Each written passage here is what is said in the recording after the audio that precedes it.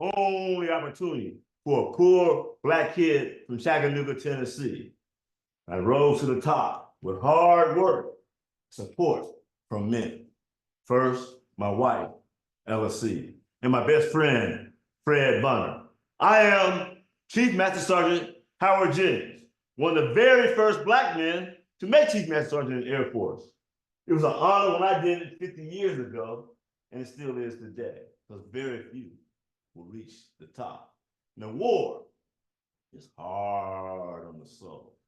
So you see a military veteran, take the time to thank them for their services, for the freedoms that you enjoy. My name is Howard, and I'm no coward. I'm faster than the Flash. I'm stronger than Superman. I'm the chief, the man with the master plan. God first every day. The devil's not gonna get his way today. God, thank you for the day. Go USA, go USA. Protector of the free world, greatest country in the world.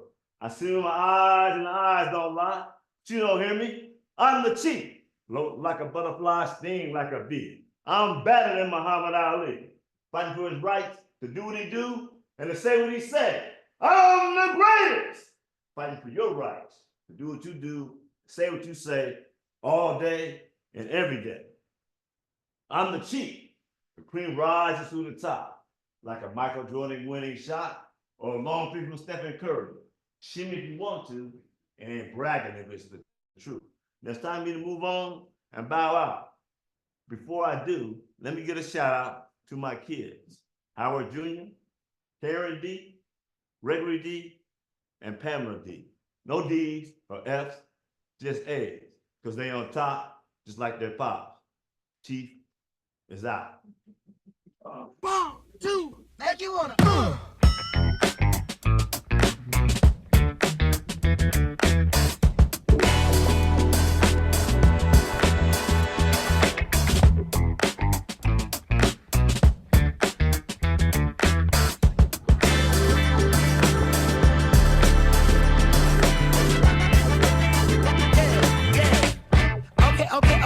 Okay, now have you ever been with a player?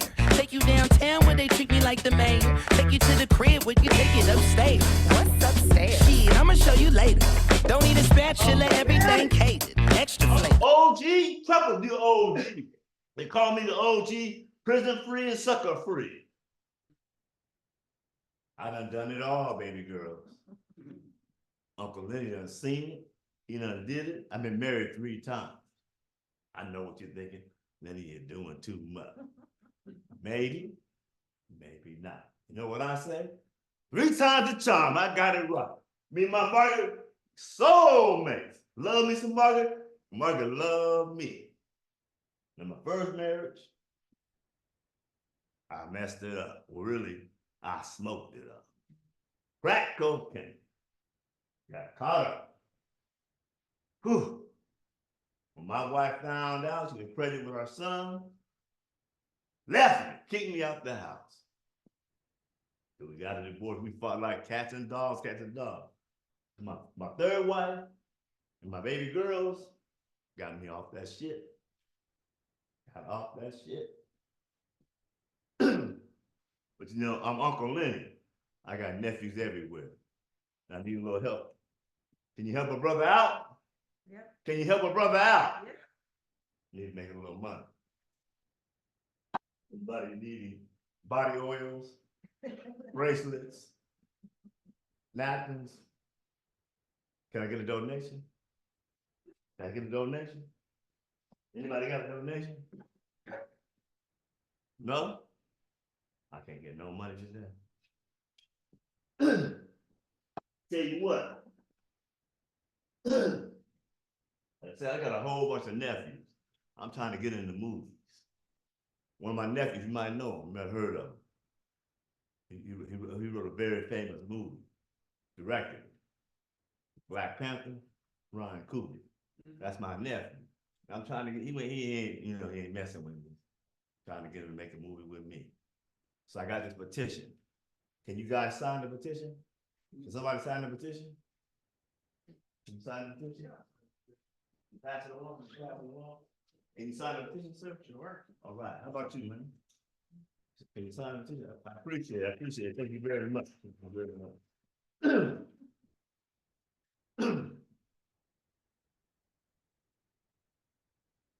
You know, when I gave up that crack cocaine, it was the greatest thing that ever happened. You know what Nancy Reagan said, just say no. Just say no. Everybody finished? I'll tell you what. Hold on to them till the end, pass it around, and I'm gonna say goodbye and have a good evening, y'all.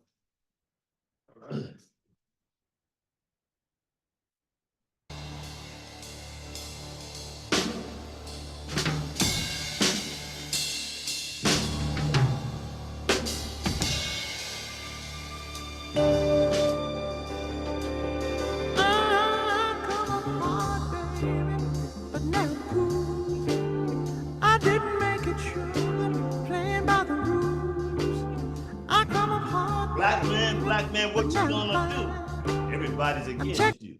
You can run, but you can't hide. So what you need to do is face your enemy.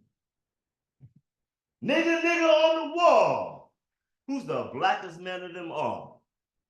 Belafonte, straight from 40th Street, Oakland, California. The underdogs and the underdog. The spook in the hood, so misunderstood. Sticks and stones will break my bones, but guns will kill you and me. So what's it gonna be? Dead man can't talk no more. Young brothers in prison can only wish. Man, listen. Young foolish brother in this grave, given a second chance, this might be hell. Nigga, makes me mad. Nigga, it's a name that brought us shame.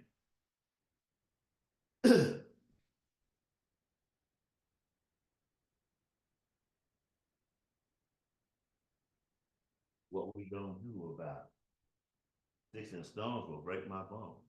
My guns will kill you and me. But brother, when I say that nigga name, it's no game. It's a shame. But young brother, let me give you some game. Education is the key. Stay out of jail. It's hell. Never put your hands on a woman. Just walk away and live to tell another day. And respect your elders because they made the path for you today. Sticks and stones will break my bones, but guns will kill you and me. And words should never bother you, nor me. So what's it gonna be? It's Barbara Lee for me, no guns. Barbara Lee speaks for you, Audrey LaBrie, and me. Will voting set you free? Hell no, but it's all they give us.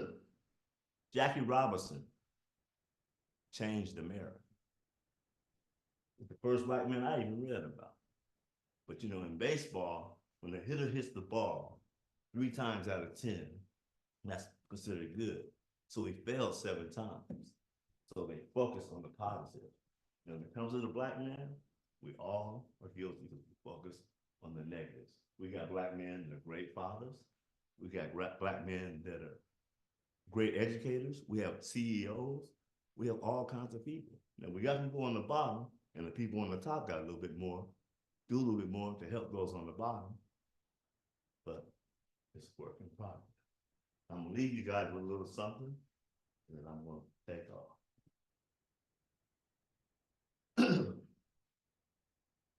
But I too sing America, red, white, and blue. This is a message for you. Do you know me? I am the darker brother. I am a black man. You brought me here against my will, and many, many were killed. But I too sing America, red, white, and blue. What can I do? I fought in all your wars. I gave you everything I had. You took my soul, never gave it back. I built this country on my back and got little back. And that's a fact. But I too sing America, red, white, and blue. I'm talking to you. You changed my name, my culture, and history. I am a mystery. Mess my mind up, and I'm all fucked up. You raped my mother, my sister, my wife, and my daughter's body and mind. Somebody help me! Because I too sing America, red, white, and blue. When the Constitution was written, I was labeled less than a man, and ladies weren't even in the plan. And today, that still seems to be the case. Black man in last place. Destroying black boys, prison full of black men. I'm sick and tired of being sick and tired. Judge me if you must, for in God we trust. The bad I've done is many, and the good I have done is plenty. And yes, I have sinned, but we all have sinned, and we all want God's love in the end. But I do sing America, red, white, and blue. What are you gonna do about me? I am a black man. Free me, free me, free me.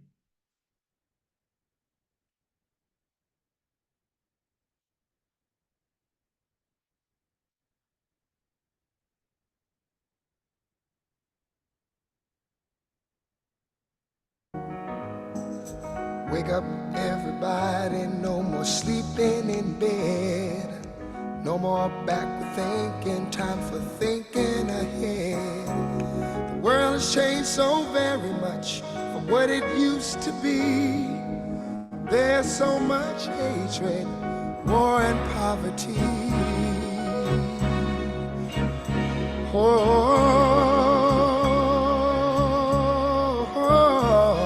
Wake up all the teachers, time to teach a new way. Maybe then they'll listen to what you have to say. They're the ones who's coming up, and the world is in their hands. When you teach the children, teach them the very best you can. The world won't get no better. Jennings Jr., everybody. All right, and now for something completely different, maybe.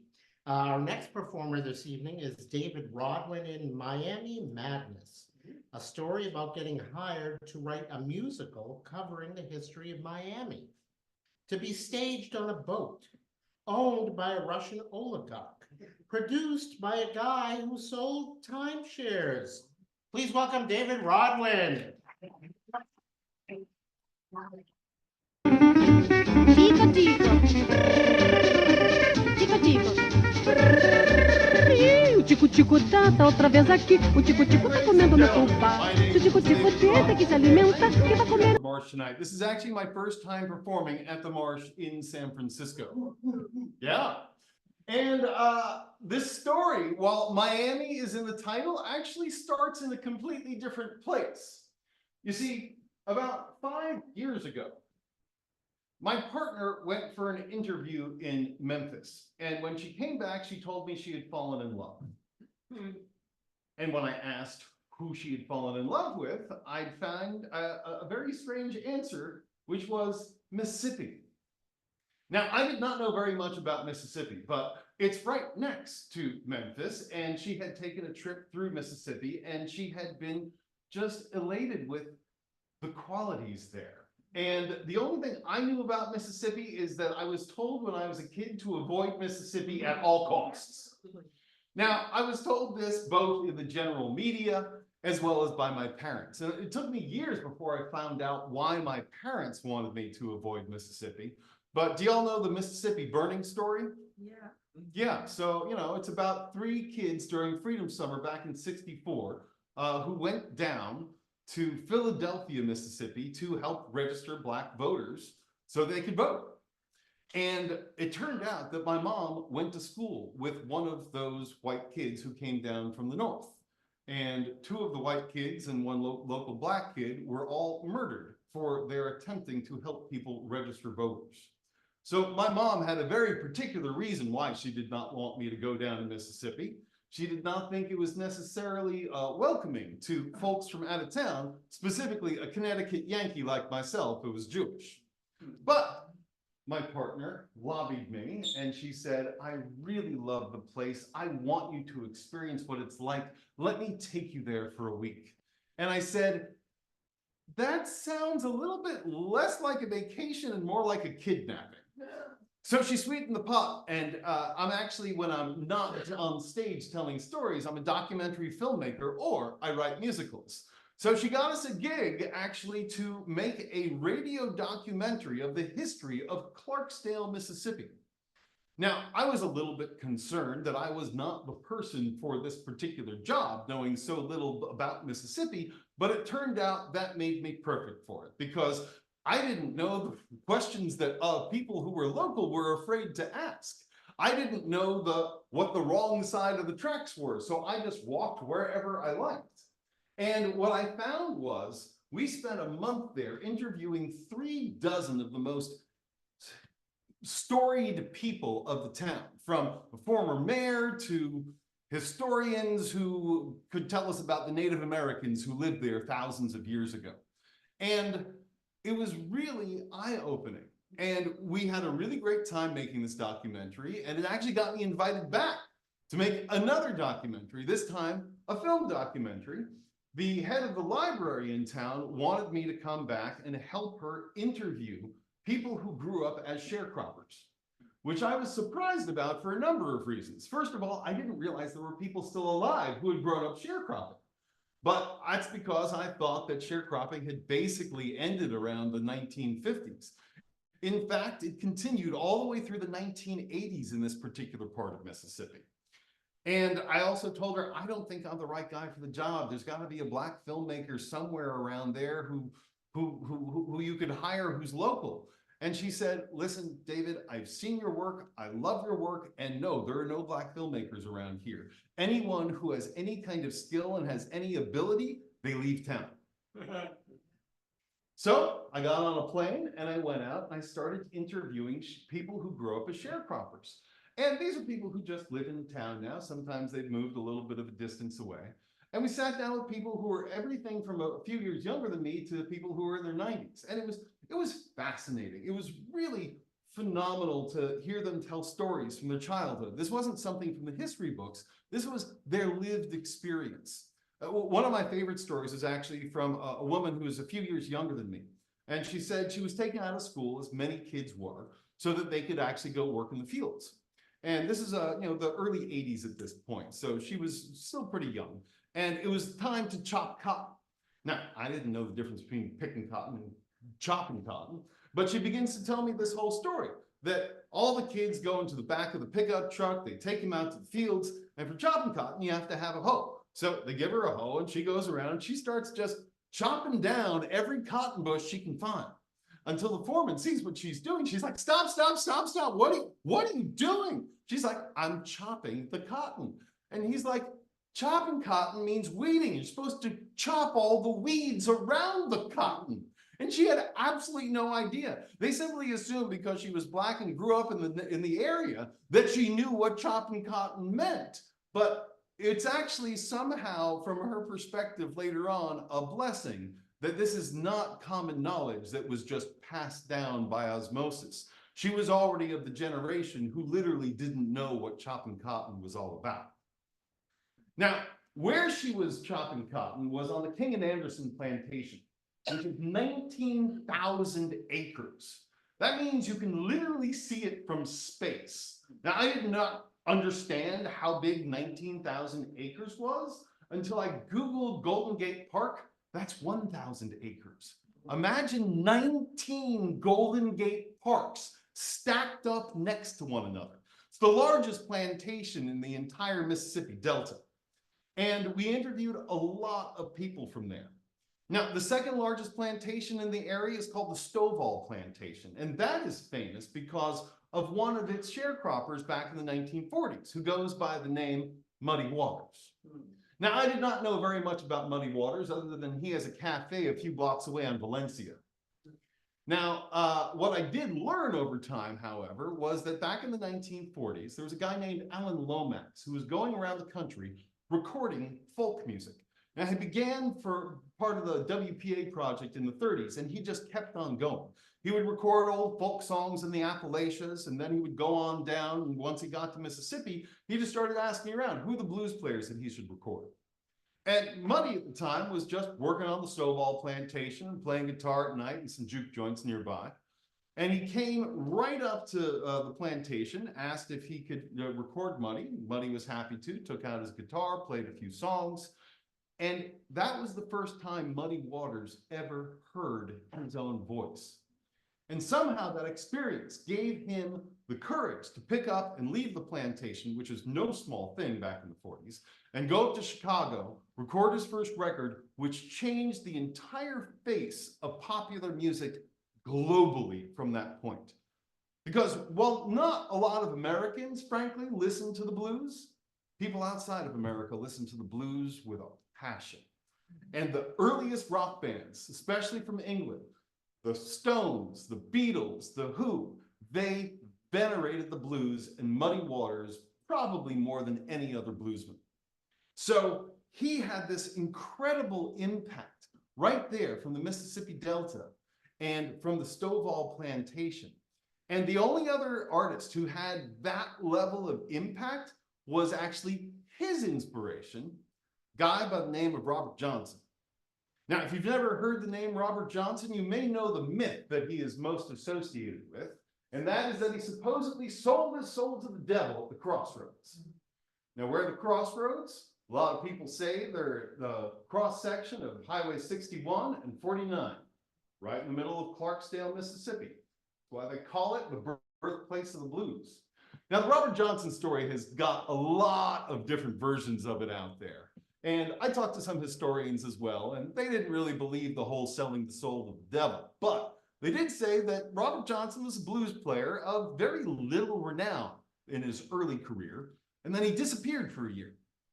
And then he came back, and when he came back, he was playing in a style no one had ever heard before. It was wild, it was raucous, and the church people called it devil music. And that's probably how the rumors got started that he sold his soul to the devil. And I have to say, if nothing else, the devil certainly seemed to at least uphold his side of the bargain, because Robert Johnson did very well in this material world. And perhaps he was satisfied with the deal he made. And what I didn't know was that I was going to have the opportunity to decide for myself if I was going to get a chance to make a deal with the devil. Because just a year and a half ago, I got a call from an old friend, who let's just call Alex, because that was his name. And Alex I've known for 30 years, but he almost never calls me. Last time he actually called me was 9 years earlier.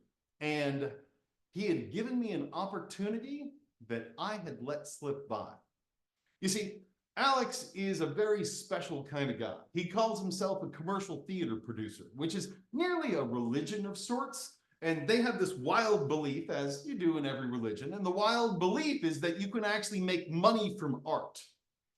And he called me and he said, David, I have a new project and I'm wondering if you might be interested. And this is 9 years ago. And I told him, well, sure, what are you doing?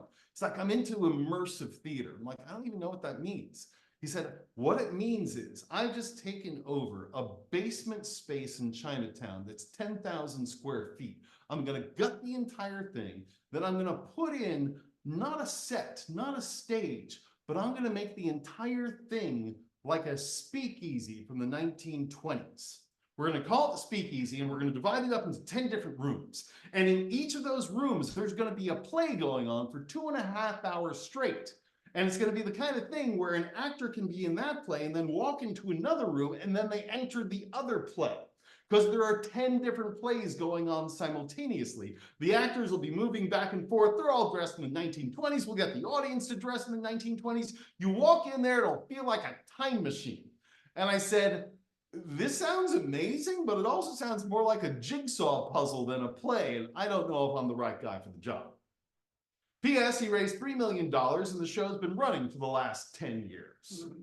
So I missed that opportunity and I was going to be sure not to miss the next opportunity. So when he called me, I said, I don't know what you're doing, but I'm in. What are we doing? And he said, well, it's not actually me, but I know this guy in Florida, in Miami, and he's got a boat. And he wants to put a show on a boat. And he wants it to be a musical about the history of Miami. And I'm like, okay. And what am I going to do with it? He's like, a musical on a boat? I thought of you. I don't exactly know what inspired him to think of me, but I have written a bunch of musicals. So I said, listen, I don't know if this is really the job for me. I was hoping to work with you. And he's like, David, he's also a commercial theater producer. He'll pay up front. And I told him, okay, you can have him call me tomorrow. So he rings me the next day, and the only thing I know about this guy is that he's got a boat and his name is Noah. So he calls me and I pick up the phone and I have so many questions for him. Like, where did you get the boat? How big is the boat? What is this show? What style are you thinking of? I had so many questions, but he didn't let me so much as ask his last name, but he just jumped in and he said, imagine a time before humans walked the earth. And I'm like, what is going on here? Is this a trailer for some sort of, the new Jurassic Park? And he just kept on bowling ahead and he said, so there are all these animals and we're in the Everglades and the rain is coming down gently and it hits the water and you see the ripples in the water. And if you look through the water, through the blackness, you see a figure and it begins to come to the surface. And there we begin to make out the form of a manatee. A beautiful manatee, a sexy manatee. I did not know very much about manatees other than they're generally known as the cows of the ocean. And I'd never seen a particularly sexy cow before, but I wanted to make a good impression, so I did not interrupt. And he just kept on going and said, and there are panthers on the side. And there are birds, there are toucans, and there are flamingos, and they're all going to be played by the sexiest actors you've ever seen. And they'll be crawling around on their hands and knees through the boat, rubbing up against the patrons who are seated there. And they're all going to be in harmony with nature. And he keeps on going on about this for the next 10 minutes. Like, I got the point. Can we go on to the next section? You said you want to do a history of Miami. Miami doesn't even exist yet. But he keeps on going, and the next thing he introduces are the Indians are there, and they are in touch with nature, and everything is harmonious. And he keeps on going on about the Indians, and it takes a lot of effort on my part not to stop him and say, I don't think that's the preferred nomenclature these days. But he just kept on going through until he got to the conquistadors. And he loved the conquistadors. He talked about all their helmets and their armor and their bravado and how they were looking for the fountain of youth. And we're half an hour into this call, and I still have not gotten a chance to ask him a single question. So finally I stop and I say, listen, this is fantastic because I want this job. I don't have any other work at this point. The only thing I have going on for me is I have jury duty, and you know how well that pays. So I tell him, listen, you have clearly done your homework. Now, we haven't gotten to Miami yet because that isn't founded until what? I looked it up on Wikipedia, 1896. So we still have about 370 years to go after the conquistadors first arrived. I'm a little bit concerned this show is going to end up being around 10 hours long at this point with the rate that you're going. But I love all the research that you've done, and I'm interested in being involved with this. He's like, well, that's great. I want you, I told him, to send me everything you have, everything you've come up with so far, because you are clearly very well researched and you're an excellent narrator. And he's like, whoa, no, I'm not going to be the narrator. We're going to have a drag queen be the narrator for this show. And I'm like, okay, I don't know why you want a drag queen for a narrator, but I'm looking forward to finding out. I'm just going to yes and this guy until I get this job. I will do anything I can because I'm going to ask for a stupid sum of money to write this thing because he clearly has never worked in the theater before. So we keep on talking and he sends me all of this stuff and he even sends me a picture of the boat. And this is a phenomenal boat. It's not a cruise ship. It's not one of those. Instead, it's a 200-foot, $200 million mega yacht owned by a Russian oligarch named Igor. Now, I'm not fully clear on his relationship to Igor, but he assures me they're very, very close.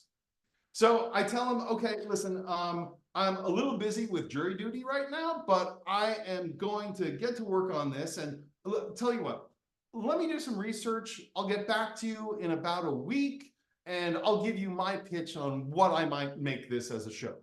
And he's like, no. A week is far too long. You have to give me a pitch like tomorrow. I'm like, what's the big rush? I'm a little confused. He's like, well, it's August now. It's almost Labor Day, and we have to have this show up by Thanksgiving. And I'm like, you want to write, compose, cast, rehearse, and produce a show on a boat in the next 2.5 months? It's not possible. And he's like, trust me, it has to happen. Otherwise, Igor will not be happy. And if you want to find out more about why Igor will not be happy, please come and see the whole show of Miami Madness because it is an insane story. Thank you all so much.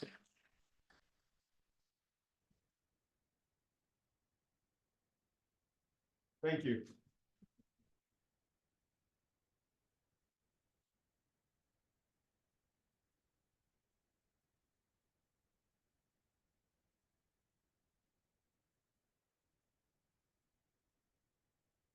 Oh, yes.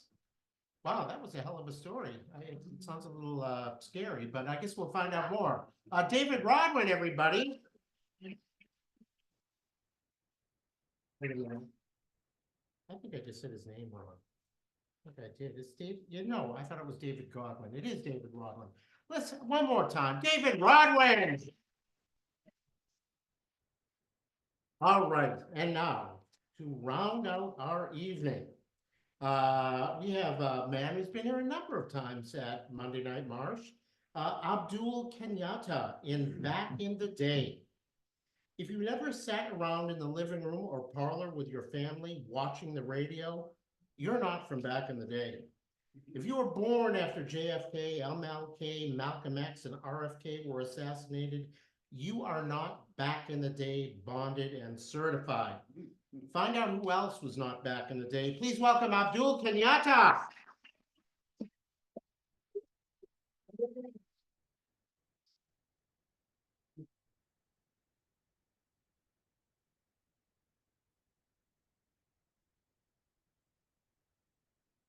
Hello. Hi, how are you? I am Abdul Kenyatta. And I was born the oldest male in my generation. And when I was born, I came out, my grandmother took one look at me and she said, "He looks just like Papa," who was my great-grandfather. And from then on, I became known as Lil Papa. About a couple of weeks after I was born, another male was born, my next cousin. And during the time that his mother was pregnant, the only thing that she really did was consume cornbread. Cornbread with butter, cornbread with honey, cornbread, just plain old cornbread. She loved cornbread. So when he was born, quite naturally, everybody called him cornbread. A few weeks after that, another cousin was born. And unfortunately, he was born about 3 months premature, and he had to go into incubator and a lot of stuff. And finally, he got out of the hospital. When he got out of the hospital, he was known as Lucky. So everybody called him Lucky. So we were Lil Papa, Cornbread, and Lucky. And we called ourselves the Three Musketeers. We hung out together all the time. Mostly we hung out around my grandmother's house. And what we found out is, as we grew older, is that Lucky was a jokester. Lucky could tell jokes. He'd have everybody cracking up. Tears would be coming out of your eyes. So we knew that eventually Lucky was gonna be like the next Flip Wilson. And so we said, yeah, Lucky went out and he told all the people, he said that a lot of people thought we were brothers. So he said, yes, we are brothers, but we're triplets. So everybody thought we were triplets. So we went around being triplets. When we were about 7 years old, Emmett Till was murdered. When Emmett Till was murdered, my parents in Harlem said, well, we can't let you stay in the South anymore. You got to leave Virginia. And Lucky's parents were in Philadelphia and they were like, well, you can't stay in the South anymore. So you got to come to Philadelphia. So that kind of broke us up a little bit, but we still got together in the summertime. And when we got together in the summertime, we got together in Philadelphia and Lucky's place. As we grew older and went to high school, Lucky was like I said, he was a great comedian. And every time they had a talent contest at his high school, he would win the talent contest. Everybody loved him. They cracked up. He had everybody cracking up. But the main thing that we liked about Lucky was the fact that Lucky always had the prettiest girlfriend. He always had the finest girlfriend. And the best thing about that is the fact that most good-looking women kind of travel in packs. They kind of travel together. And that put me and Cornbread in the position where we had a pretty girlfriend in Philadelphia every summer. So every summer we go to Philadelphia, we meet all the pretty girls. Lucky would be telling all the jokes. Everything was cool. We turned 18. And when we turned 18, we received draft notices. When we got those draft notices, we knew that we were going to Vietnam. So the first thing that Cornbread did was he jumped up and he joined the Army. And so everybody was supposed to be drafted, but Cornbread went one way, Lucky went another way, and I lucked up and I had a college scholarship. So I went to college and I lost contact with Cornbread and I lost contact with Lucky and I didn't see them anymore. So, let's fast forward 5 or 6 years. Now I'm living in the Caribbean. I'm a school teacher, got a nice job, and I meet this woman. And she is so fine. I'm like, man, I have to know who she is. I need to talk to her. Turns out that she was the queen of the carnival. She is so fine. I have got to talk to her. So I started talking to her. And the next thing I know, we started dating. We went out together and everything was really nice. Turns out that actually she was the first woman that was ever made the queen of the carnival who was not from the Caribbean. Actually, she was from San Francisco. The most beautiful woman in the Caribbean was from San Francisco. I have no problem with that whatsoever. But what happened over a period of time is that she was offered a scholarship at UC Berkeley to become a librarian. So she took the scholarship, we packed up the kids and we moved to San Francisco. We get to San Francisco and 5 blocks away from us lives my mother-in-law, who was the best mother-in-law in the world. And we got along just great. And she introduced me to her ex-husband. And her ex-husband was somewhat of a hustler. And in my neighborhood, a hustler is not a bad thing. So he was a real cool dude and he took me around everywhere. And the first place that he took me in San Francisco was a club called the Sugar Hill. The Sugar Hill was up by Golden Gate Park. When you came to the Sugar Hill, when you walked in the door, the first thing you realized is that it was so dark in there that you couldn't see anything. It took you a couple of minutes for your eyes to adjust. So I'm there and I'm meeting all these people. One of the people I met was a lawyer named Willie Brown. Another dude that I met was a guy named Earl Sanders, who later became the chief of police. And so I met a whole bunch of people in there, real nice people. Everybody liked jazz. The thing is, when you walked in the door, all you heard was just cool jazz playing, cool jazz everywhere. And I loved it. And then, so I got introduced to this dude who was the guy who did all the music there. And his name was Terman. I met Kermit, I was like, dang, this is such a nice dude. It's like, I almost immediately fell in love with him. I mean, it was like a bromance. It was like, man, I never felt this way about a dude before. Okay, so now we get together and we start talking, and after we talk for about an hour or so, we're finishing each other's sentences, you know, and we just realized that we had this fabulous, great bond, and so we started working together. And what he liked to do is he liked to throw extravaganzas. So he just said, we're gonna throw the biggest party in the history of San Francisco, and we're gonna throw it at the Dance Your Ass Off. Yeah, we're gonna throw the biggest party in the history of San Francisco, and we're gonna throw it at the Dance Your Ass Off. So we throw the party. I get dressed, you know, clean at the Board of Health. Got my African Caribbean queen with me and whatnot, standing in there, feeling good, looking good. And all of a sudden, I mean, I saw this lady, she was about maybe 5'2", and from behind, I could see that her hair came all the way down past her knees, and she turned around and she was really beautiful. And as soon as she saw me, she said, "You dirty, no good son of a bitch! You bastard! I hate you! I can't believe you did that to me!" I'm trying to figure out how am I going to explain to my wife that I have never in my life seen or met this woman before. Just right about that time, Kermit walks in. She turns around and she looks at Kermit and she says, "Oh, you're not Kermit." And she turns, he's, "You dirty, no good, I'll leave 3 hours, I'll leave." Looked at my wife and I said, my wife said, "Well, you know, you guys do kind of look alike." Okay, cool, fine. So now I have another cousin who was kind of like the fourth musketeer. We call her Sunshine, and she lived in Oakland. And we used to get together, our kids were the same age, and we used to party together and stuff like that. And she said, "I'm having a 33rd birthday party, and I want you to come."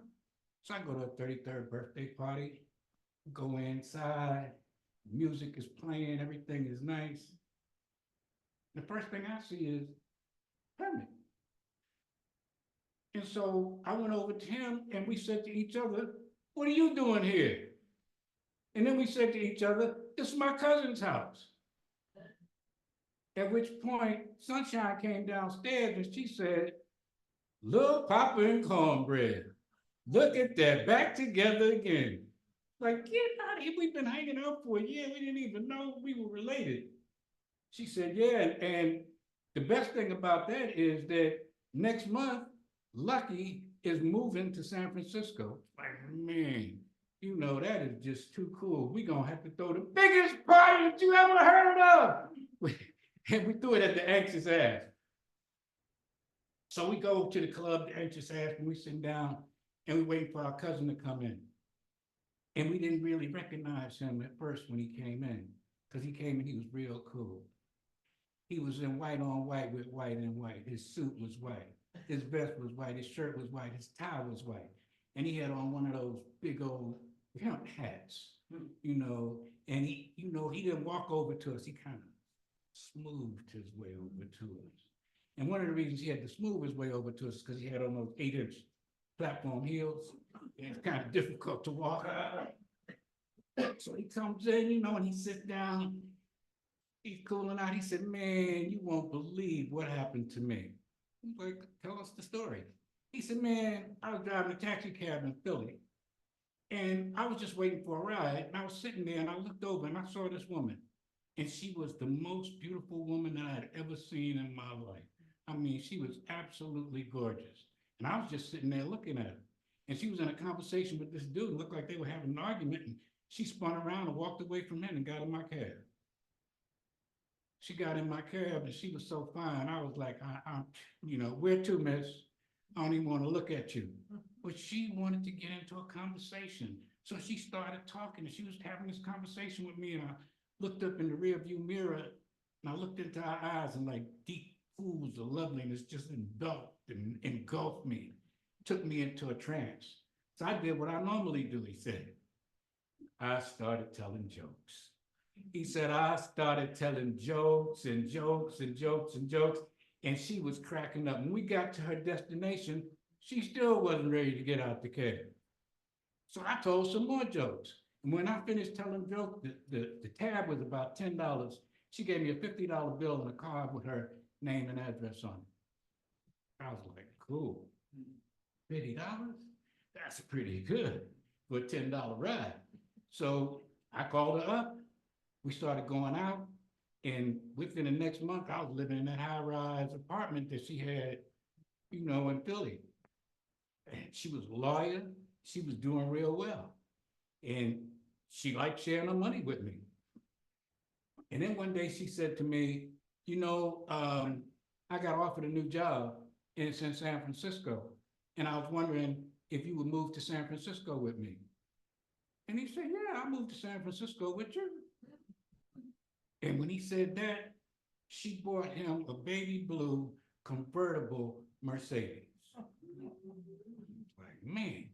And I didn't tell you when he walked into the club, he had a big old diamond ring on one hand, a big old ruby ring on the other hand, and he was clean as the Board of Health.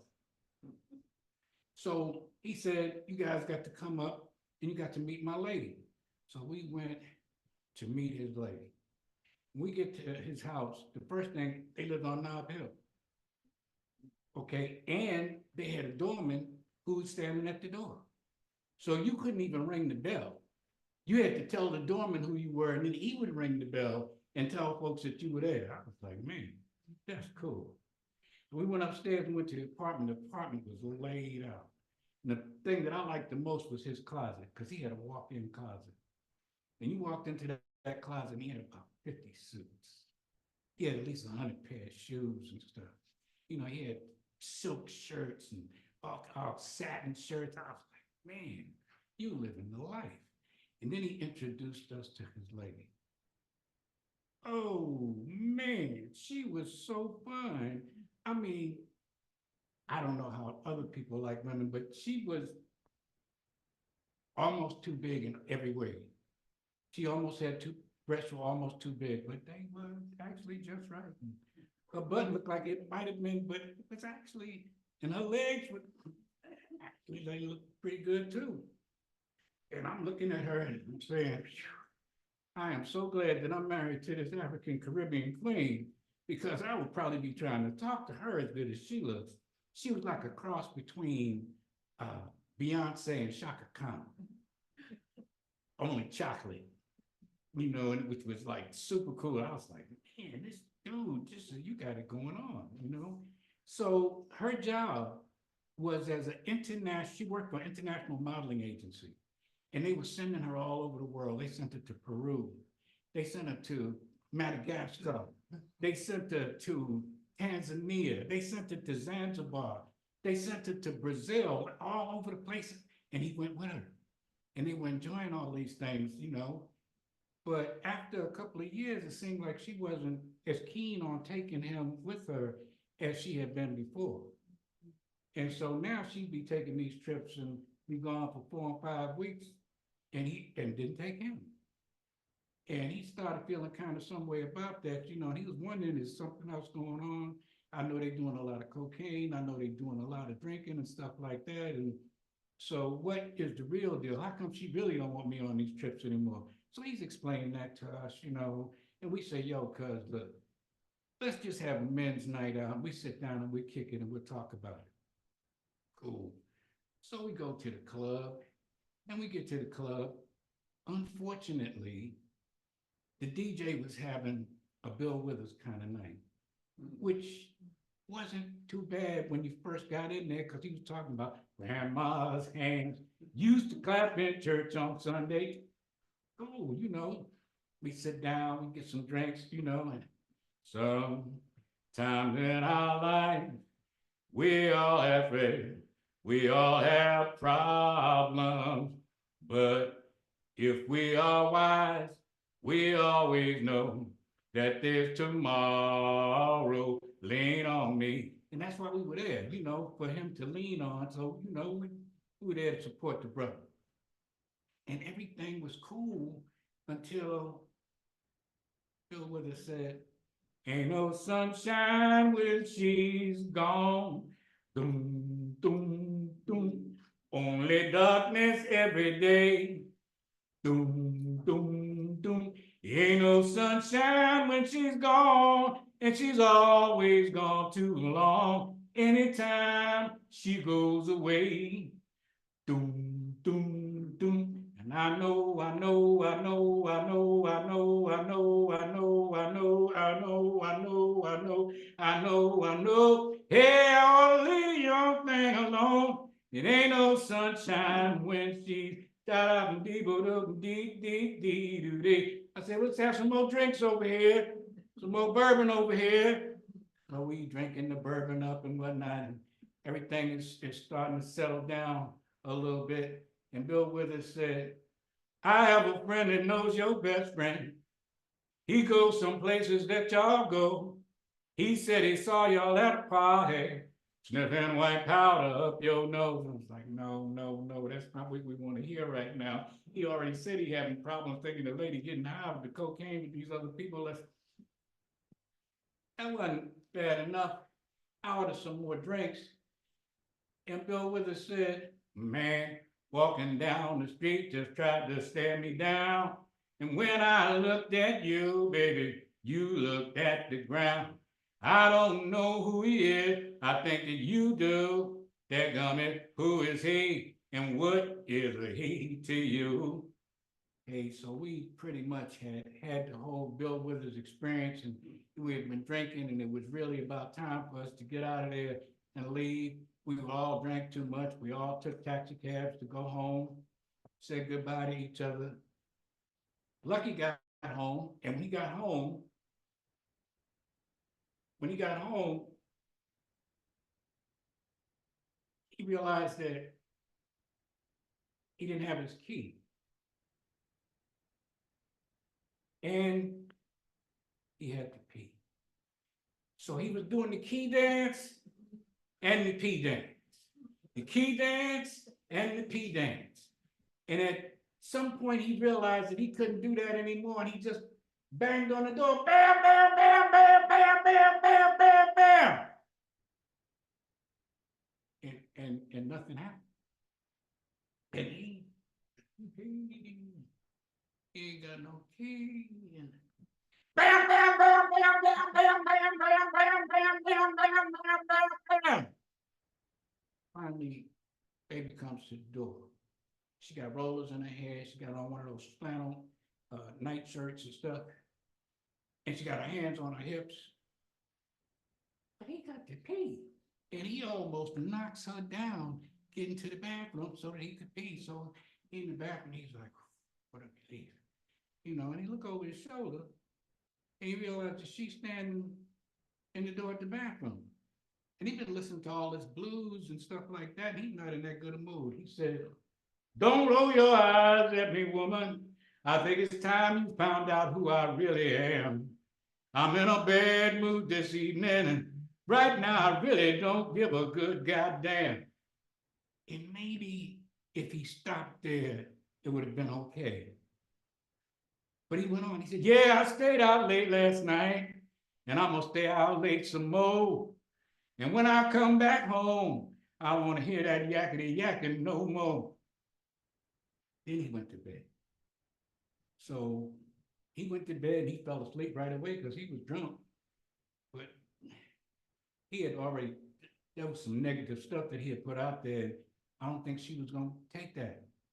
And so a couple of days later, he came home and he found out that most of the furniture was gone. And he looked and he realized that all of her clothes was gone. And he realized that she was gone. And he called every place that he could think of to call, but she was gone. She didn't want to be found. He's like, man, he looked at his bank account. He said, got about $3,000 in the bank, but the rent was $1,500 a month.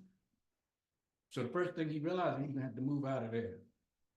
Moved out, got a little small place. Things got bad. He realized he had to sell that Mercedes. Next thing you know, he's driving a taxi cab in San Francisco. you know, and things just went from bad to worse. When things got really bad, he started living with Cornbread. Cornbread had an extra room in his house, and he was there with Cornbread and his wife and his children. And he just didn't know what to do, and then he got this phone call, and the phone call said that his mother had passed in Philadelphia, and he'd have to go back to Philadelphia. So, you know, Cornbread and I got together and, you know, we hooked him up, we got him all cleaned up and stuff like that. And we sent him back to Philadelphia for his mother's funeral. That was the last time we saw him. Them that's got shall get, them that's not shall lose. So the Bible says, yet it still is news. You know that your mama may have, Papa may have, but God bless the child that's got his own, that's got his own.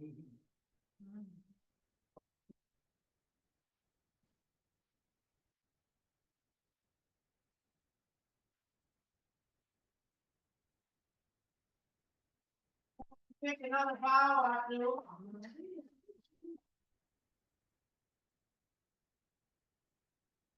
Oh, no. Or your first bow. Yeah. Thank you so much.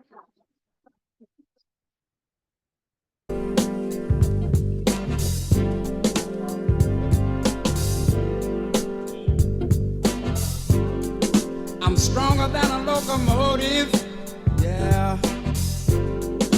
That old saying is true. But I can't understand sometimes, baby, why I'm so weak for you. Listen, I can leap tall buildings in a single bound. When it come to getting over you, baby, well, I can't get off the ground. But they call me the Superman lover, yeah.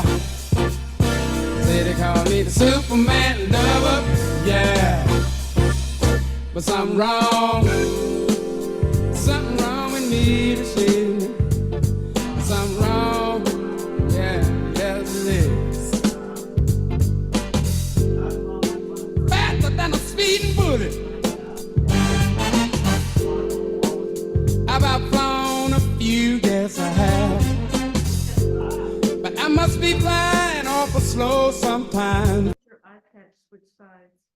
So I have thyroid eye disease, so both of my eyes still function, but they're bulging out. It's the same disease that Marty Feldman, the old comic actor from Mel Brooks movies, had. And I get severe double vision. So one eye has to be covered or I will just fall over. And it does not matter which eye, but I happen to have monovision prescriptions, so one eye sees better distance, one eye sees better close up. Yeah. And Lisa is my cousin and she notices everything. Oh, yes, she does. Got a question for you. What's that? How did you not recognize Cornbread? I mean, how many years had it been? It's been 6, 7 years Oh, since come we on. last seen each other, and we last saw each other when we were like teenagers and, you know, like that. And when I saw him, I mean, I just immediately had a connection with him, but I couldn't figure out what it was. I was kind of wondering, gee, man, you know, you digging dudes now? You know, what's up with this? You know, and you know, I wanted to touch him and stuff, you know, and I give him hugs and stuff like that. So, yeah, I didn't know though. I didn't know until Sunshine reacquainted us.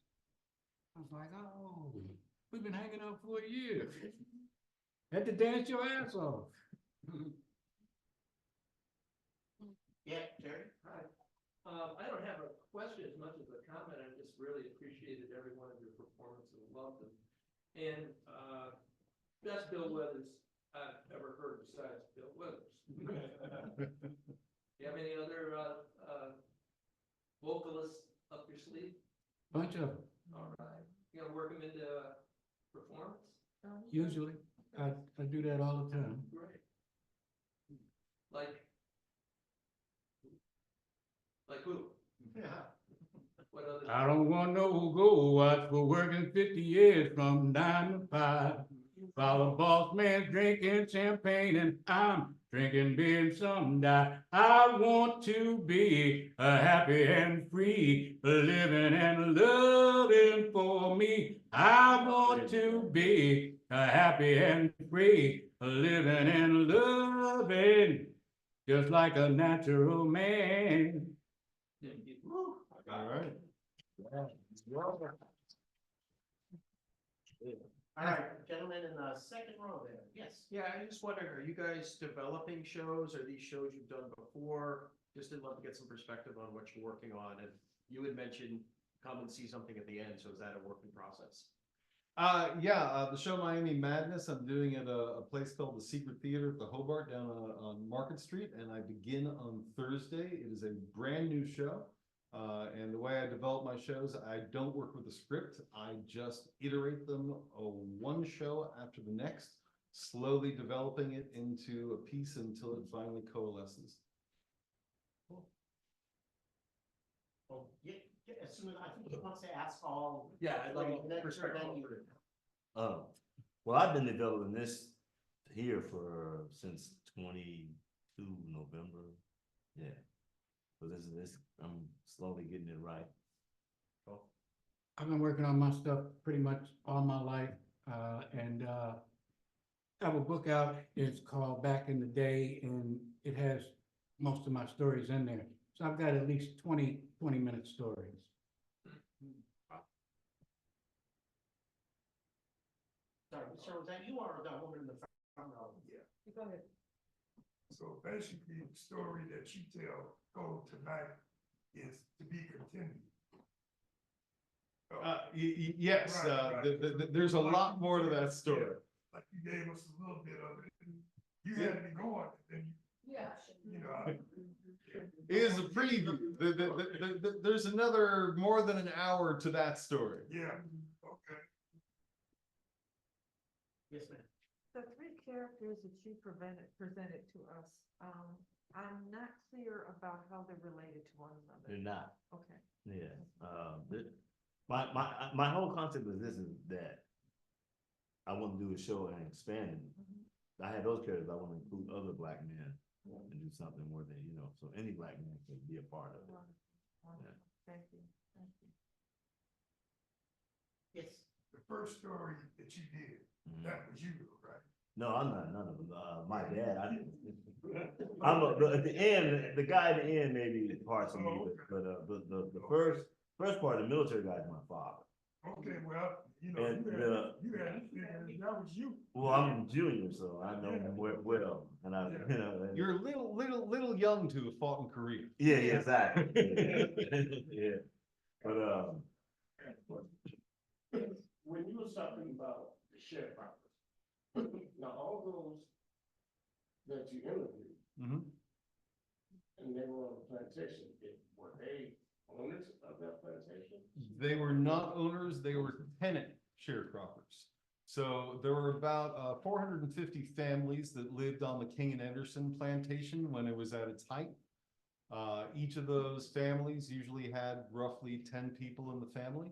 And each of them lived in one little shack. And all those shacks are now gone. So what we have are the stories. Yeah. Just one quick second, and then, I just want to clarify, this is from the fabulous Alexa in the booth there, just so you know, every performer that's at Monday Night March only has 20 minutes, and they have to sort of pick the 20 minutes that they want to work on, so a lot of times, yeah, it is a taste that will hopefully get you back either here or to another, performance where, another venue that they'll be at, but just so you know. And we'll be back in 2 weeks. I'll be telling a different story in 2 weeks. You can probably continue your I story. could, yeah. Okay, just to clarify, yes, please. So this is a general question for all three. How did you find your voice?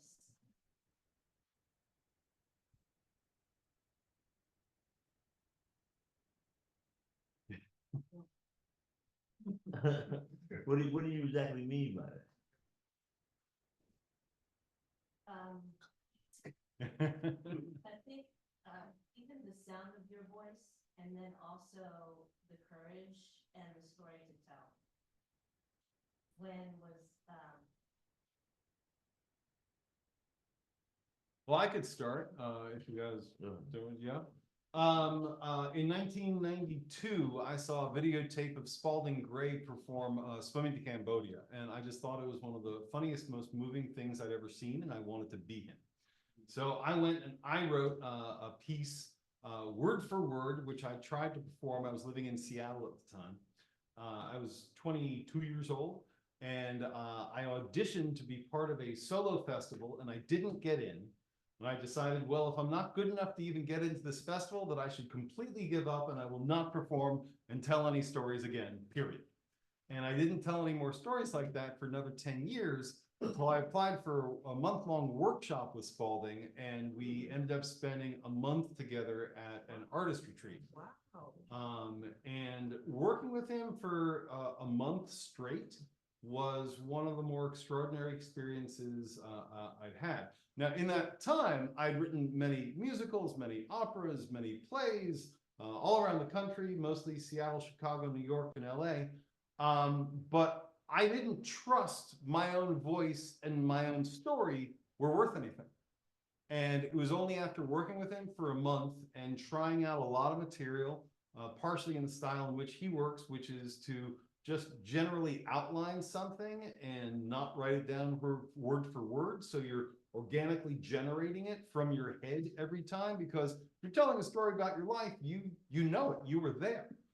You just have to figure out the best way to tell it and the way that makes the best impact on the audience. And that's something I've been developing now for the last 20 years. And it's just a process of iteration. And the more you do it, the more you get comfortable with it. And hopefully the better the story gets every time. Well, for myself, I really, as a child, wanted to be my great-grandfather. And my great-grandfather told the absolute best stories. And I liked his voice, I liked the way he walked, I liked the way people respected him in the community. And so that's who I always wanted to be. What was his name? Talking about Randall. Vanderbilt?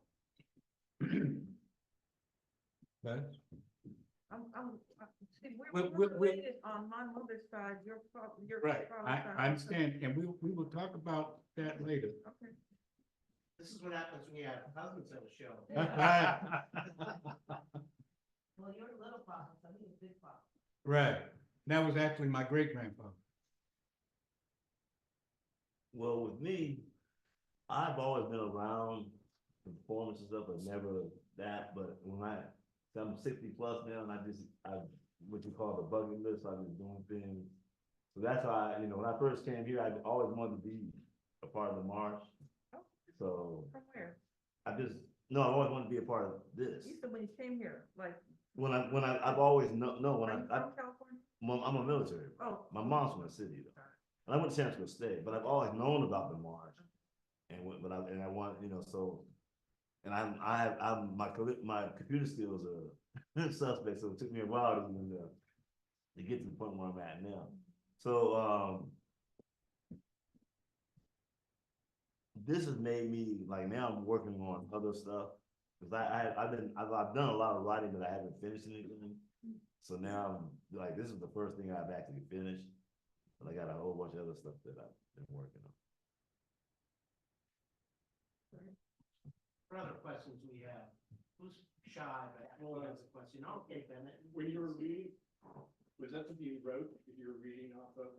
The first one, brother by the name of Charles Blackwell. I don't know if you guys know him. He's a writer, local Bay Area. I've done a few shows with him, and I like some of his writing. So I'm a hyper person, so that slows me. I try to slow down. But the last one, I wrote. I got a lot of pieces I've been doing with the sort of a street type of stuff. Straight from 40th Street is what I'm calling it, and it deals with the inner city. And I didn't grow up in the hood. Like I said, I'm a military brat. that different one from the military that had to sleep. You know, I've been in Oakland, probably 30+ years. Some other questions? If you guys wanna meet and talk with us later, we're gonna be across the street at 1037 Valencia Street. The place is called Absalom Rasoy. And so we're gonna retire over there, and some of us are gonna have tea, some of us might have beer, wine. I just got introduced to a new drink tonight, so I'm gonna try that again. Grapefruit drink. I got one. Yeah, please. So you said your stories were pretty much other people, right? You know what I mean? Yeah. Yeah, like my Uncle Lenny's a combination of a lot of people that All right, so I was about to say, are potentials real? No, I do know Ryan Coogler, but that's a joke, you know, but I do, you know, I watched him grow up. How many signatories did you get? I didn't even count it right there, but I don't do it every time. I've done it, since I've been here, I've done that maybe one other time. This is one of the things Lenny does. So I couldn't see the crowd there. Sometimes Lenny likes to get in the crowd, I couldn't see him. Got kind of lucky. Any last questions?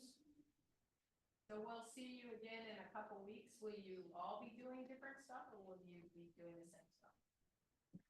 I'll probably do a quick recap of where we left off last time on and then continue on from there. Well, I'll probably expand a little bit of there's some stuff that I want to add. So that, you know, that I'm working on, but other than that, it's probably pretty much the same. I just have a comment. Yeah, please. His story was so convincing, the Marine, I actually believed it. So you're a very good actor. Storyteller. Do those three parts, but they're always very different.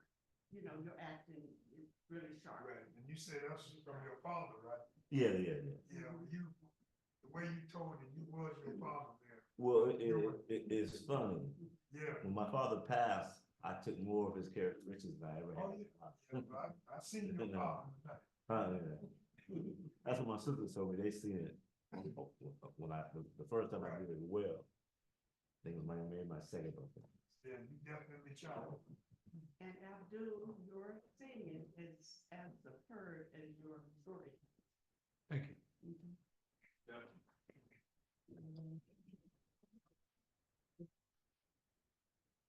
She is a student in my storytelling class.